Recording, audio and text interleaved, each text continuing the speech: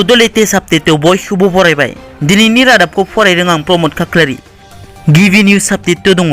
गिबि मन्थ्रि डक्टर हिमन्त बिश्व शर्माया आसाम आरक्षी नीतिसिम 50 कोटी रांनि गांसे चेक गथायदों।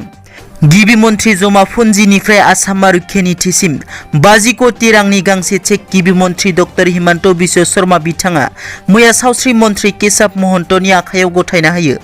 बे खौरांखौ chief minister of Assam Twitter हेन्डेलनिफ्राय टुइट खालामनानै फोरमायदों। नैथियाव दङ। परेश असमआ बुंदों रितुल सयकियाखौ सानब्रैनि गेजेरावनो हगारना होनाय जागोन। साननैसो सिगाङाव ONGCनि साथाम मावख'गिरिखौ परेश असम दैदेननाय आलफा उदांआ लांखारदोंमोन। आसामनि गिबि मन्थ्रि डक्टर हिमन्त बिश्व शर्माया आलफा उदांनि दैदेनगिरि परेश असमखौ खावलायनायनि उनावनो परेश असमआ मैया ONGCनि सासे मावख'गिरिखौ हगारनाय जासिगोन होननानै फोरमायहरदों।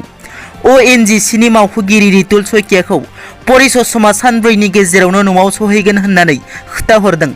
मख'नो गोनांदि आलफा उदांनि दैदेनगिरि परेश असमआ मैया निउज लाइभनि गाहाय सुजुगिरि साइद जारिर हुसेनजों जानबुंनि गेजेरजों मोगा-मोगियाव फोरमायहरनाय नुनो मोन्दों।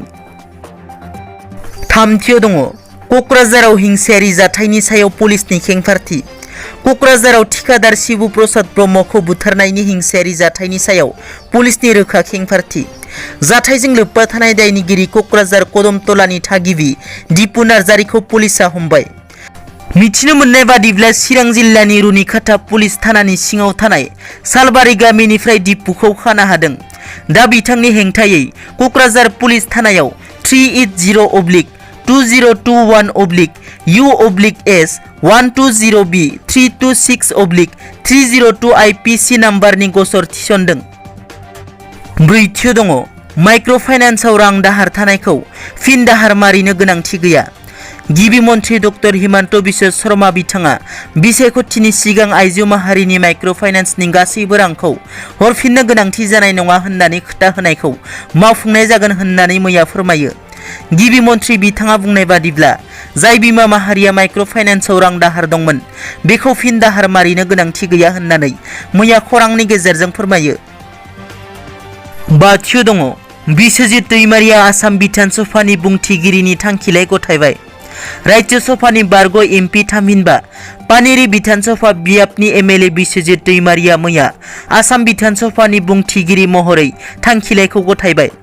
आसामनि गिबि मन्थ्रि डक्टर हिमन्त बिश्व शर्माजों लोगोसे केबिनेट मन्थ्रि आफादा बिस्वजित दैमारिखौ आसाम बिधान सभानि 21थि बुंथिगिरि महरै थांखिलाइखौ गथायहोदों।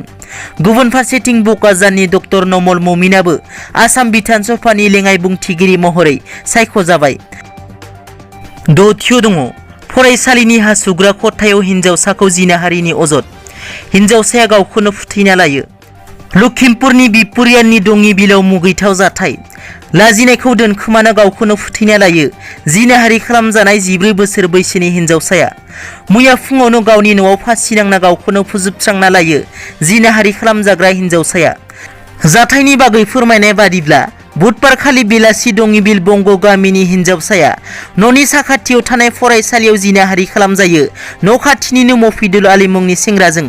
जायगानि गंसे फरायसालिनि थाखो 8नि फरायसुलिखौ जिनाहारि खालामबाय थानाय समावनो जायगानि सुबुंफोरा नुयो आरो न'खरनि सुबुंफोरनो गथायना होयो।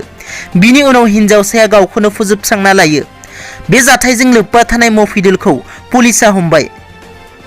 दिनैनि रादाबा एसेनोसै। नोंथांमोना जुदि आंनि चेनेलखौ दासिमबो साबस्क्राइब खालामाखै अन्नानै साबस्क्राइब खालाम। गोजोन्थों।